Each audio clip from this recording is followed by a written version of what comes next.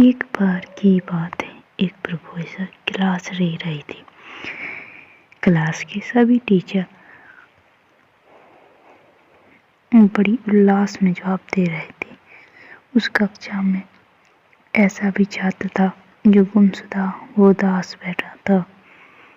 Professor ने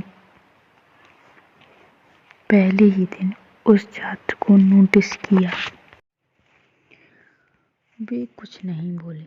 अगले 4-5 दिन ऐसा ही रहा तो उन्होंने उस छात्र को क्लास के बाहर अपने केबिन में बुलवाया और पूछा, तुम हर समय उदास रहते हो, क्लास में अकेले रहते हो, चुपचाप रहते हो, लेक्चर पर भी ध्यान नहीं देते हो, कुछ परेशानी है क्या? वो छात्र कुछ हिचकिचाते हुए बोला, सर, मैं अपने अतीत में कुछ ऐसा हुआ जिससे मैं हैरान रहता हूँ, समझ नहीं आता क्या करूँ। प्रोफेसर अच्छे व्यक्ति थे। उन्होंने उसे अपने घर पर बुलाया।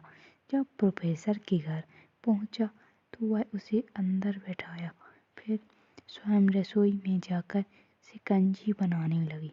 उन्होंने शिकंजी में ज़्यादा नमक डाला और फिर उसे पीने को कहा। जैसे ही छात्र ने एक घूंट पिया तो अधिक नमक के कारण उसका मुंह अजीब सा बन गया था। तब प्रोफेसर ने कहा, क्या बात है? उसने कहा, कुछ नहीं, कोई बात नहीं है, शिकंजी में नमक ज़्यादा है। छात्र बोला।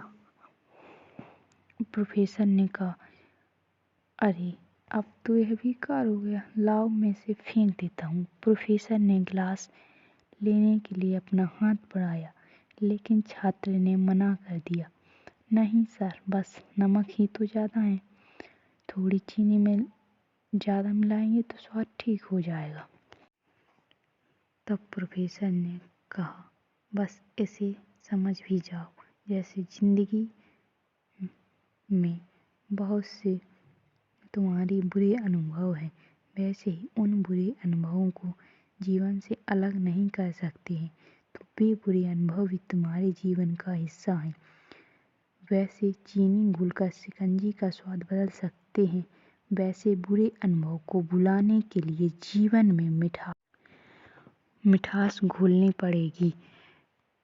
जितनी ज़्यादा जीवन में अधिक मिठास घोलोगे उतना ही जीवन अच्छा होगा। अतः छात्र ने निश्चित किया कि अब वह जीवन में अधिक मिठास घोलेगा, क्योंकि जो हो चुका है उसे बदला नहीं जा सकता है।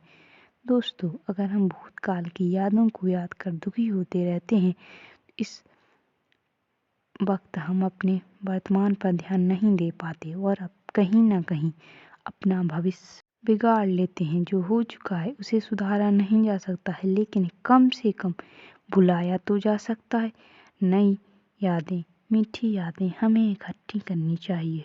बीते हुए कल के पछतावे से बाहर आना चाहिए। अतः ऐसे ही रोचक कहानियों के लिए हमारे चैनल को सब्सक्राइब करें। हम मिलते हैं एक नई कहानी के साथ।